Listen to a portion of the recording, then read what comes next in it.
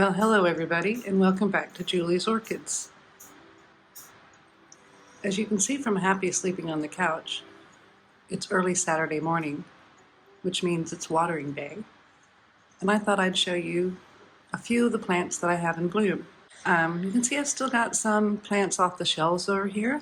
They're sitting in their fertilizer water, soaking up, so we've got to start on the watering. And what we've got here, still in bloom, is our Immaculata, and this thing just keeps making more and more buds and keeps blooming and blooming and blooming.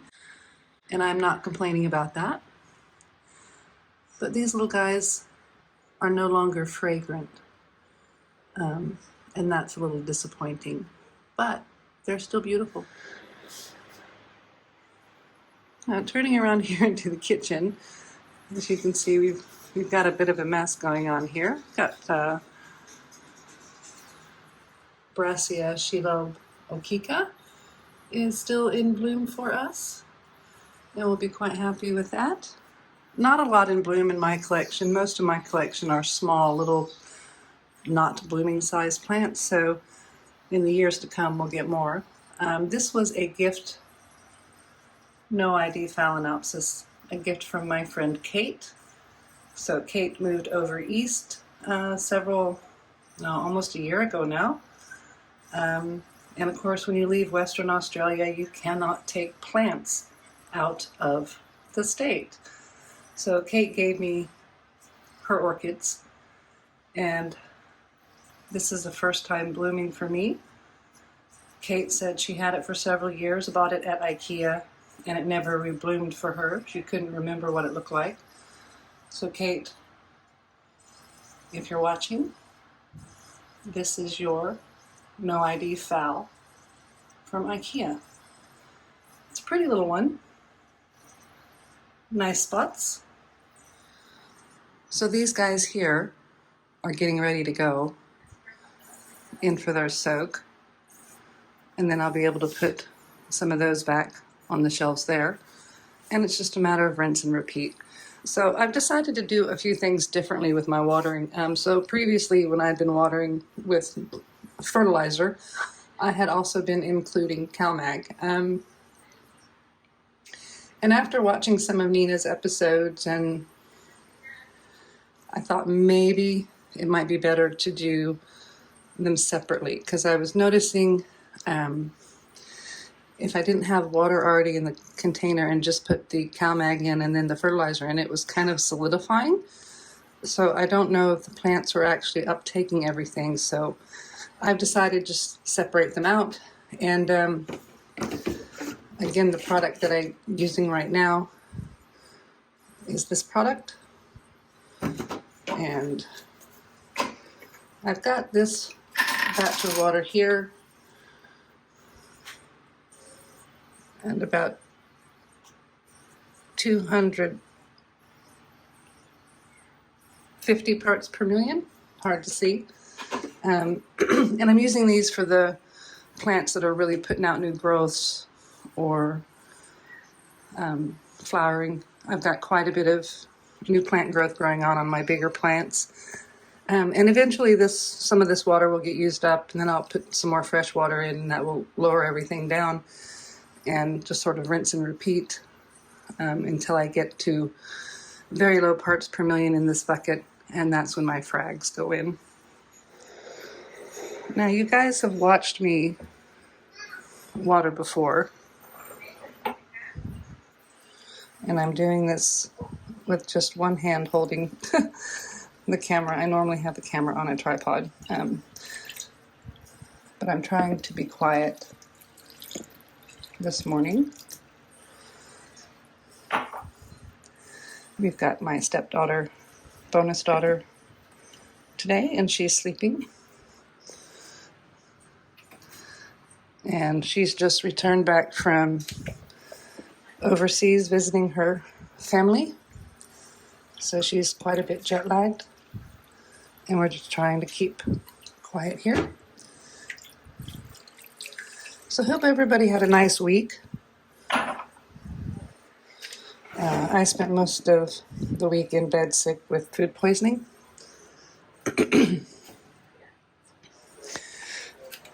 There's a little deli in the area, and I stopped in there one day last week to get lunch. And several hours after eating that lunch, I got very ill and will not be going back to that particular deli for food ever again. But that, life happens. So yeah, this is just my morning. I try to keep quiet so as to not wake everyone up in the house. I try to get as many of my plants watered before everybody in the house gets up, because as you can see, I take up the entirety of the kitchen, and that makes it a bit difficult for husbands and stepdaughters to make brekkie. So I'm going to let you go for a minute, and I'm going to get busy on doing this, and I'm going to find you some more plants in bloom. Here we're having a look at presumed foul Aphrodite. You can see that her flower spike is now making buds.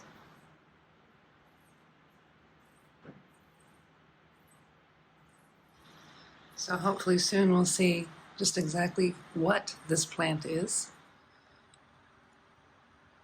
So we've got the jewel orchids and the tolumnias in the soak, and I just wanted to try to capture how beautiful these leaves are, particularly with the light shining right down on them. This Aspidania argentinae is just sparkling like it's sprinkled with little diamonds. And this is Anectochilis siamensis, white stripe. And boy, it's not picking up the subtle little sparkles on these leaves quite as well as with the naked eye, but look at that. Look at how beautiful that is.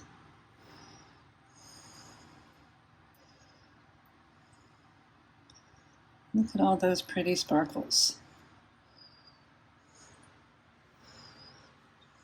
Micotes petola. I get curled leaves because I struggle with humidity, but that's okay because they're still beautiful, just absolutely lovely.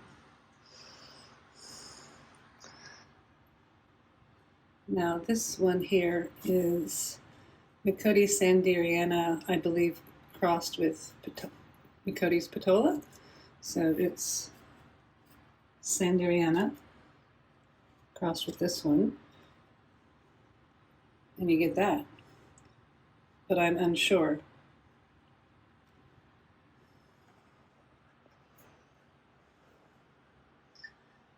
There you go, the jewel orchids are getting their drink on.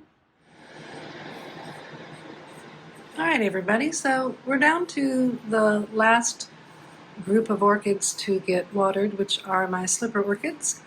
And basically what's happened is, through the course of watering all the plants, the water level in here actually dropped quite a bit. And then I filled it right back up, and now we're sitting at about 150 parts per million of Orchid Thrive. But the last thing I wanted to show you before we leave are Phragmipedium Mulia Arius Red Dancers times Kovackii. I missed the first flower, but the second one is coming along nicely. I moved this one from the bedroom to the blooming alley, as I'm calling it, thanks to Ninja Orchids, and it immediately dropped its flower. I believe I put it directly underneath the air conditioning vent, so we'll not be doing that one when this one opens. And still in flower and working nicely on their next bud is Paph Idiatiae. And with this one, I'm going to thank you guys for watching. I hope everyone has a fabulous weekend. If you like the video, please give me a thumbs up. A subscribe would be nice. Thank you again, and everybody have a fabulous weekend.